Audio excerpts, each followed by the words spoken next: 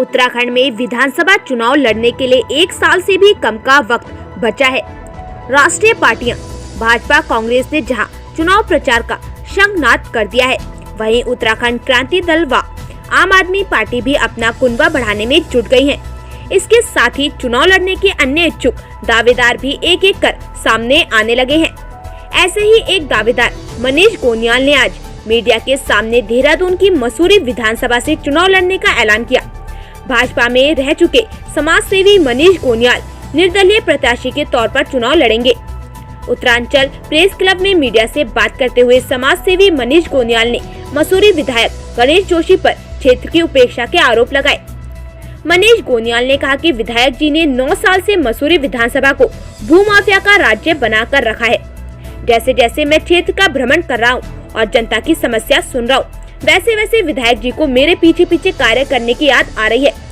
उन्होंने आज तक 9 साल में ना तो क्षेत्रों में जाकर भ्रमण किया और न ही लोगों की समस्याओं का समाधान किया। मनीष गोनियाल ने कहा कि गणेश जोशी मेरे काम को देखकर घबरा गए हैं। उन्होंने 2022 के विधानसभा चुनाव में अपनी हार दिख रही है। कई सालों से सालावाला का पुल दुर्घटनाओं को आमंत्रण दे रहा था। वहां के लोगों ने कई बार विधायक गणेश जोशी जी को जाल लगाने को कहा, पर गणेश जोशी ने अनदेखी कर दी। जब मैं वहां क्षेत्र भ्रमण में गया तो वहां क्षेत्रवासियों ने अपनी समस्या से मुझे अवगत कराया। मैंने तत्काल ही वहां जाल का काम शुरू करवा दिया। मौके पर विधायक गणेश जोशी ने मेरा काम रुकवा दिया और फिर दूसरे दिन वहां एक और दुर्घटना हो गई। उसके पश्चात गणेश जोशी ने जाल का काम पूरा करवाया। मनीष गोनियाल ने कहा, मेरा तो खाली एक उद्देश्य है, मसूरी विधानसभा का विकास करना और महिलाओं को सशक्त करना, युवाओं को रोजगार दिलाना और हर समस्या का समाधान करना। मेरे एकमात्र संकल्प यही है। मनीष गोनियाल ने कहा कि विधायक गणेश जोशी जी ने मसूरी विधानसभा क्षेत्र में विकास नहीं विनाश का काम किया है।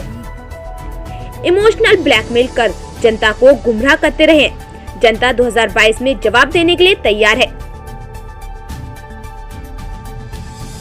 में जो आरोप है वो सत्य है। जो उन्होंने आज तक खाली रोते हुए और जनता को ब्लैकमेल इमोशनल करते हुए जनता के सामने वोट की अपील करी है। धरातल में जो काम है, धरातल में कुछ भी नहीं है। जैसे अगर हम मुद्दों के लिए जाए, जल की दिक्कत थी, आज तक पानी की दिक्कत पूरे गांव में हमेशा पड़ती आ रही है, जो उनका समस्या कभी समाधान नहीं किया गया।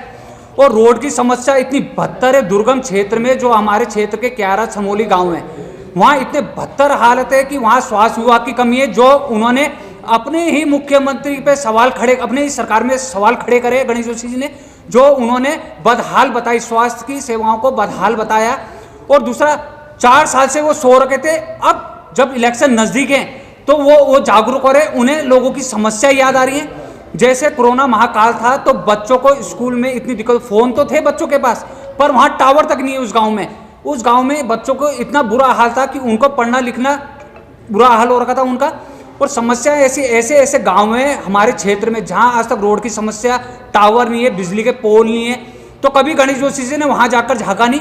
अब वो पिछली बार जब वो जेल में बंद हुए थे घोड़े के उसमें, तो जेल से मग्गा लाकर वो लोगों को मग्गा दिखा रहे हैं। या तो प्रशासन गलत हो रखा है कि जैसे वो मग्गा दिखा रहे हैं, मग्गा कहाँ से लाए वो जेल से चोरी कर जो मग्गा दिखाकर लोगों को ब्लैकमेल इमोशनल कर रहे हैं। तो ये क्षेत्र में अब जनता जागरूक हो चुकी है, जनता समझदार हो चुकी है, जनता को पता लग गया है। क्षेत्र का विधायक खाली रोते हुए और बोलता है कि मैंने भूतपूर्व सैनिक देखी, मैंने गरीबी देखी, तो फौज छोड़कर क्यों आए?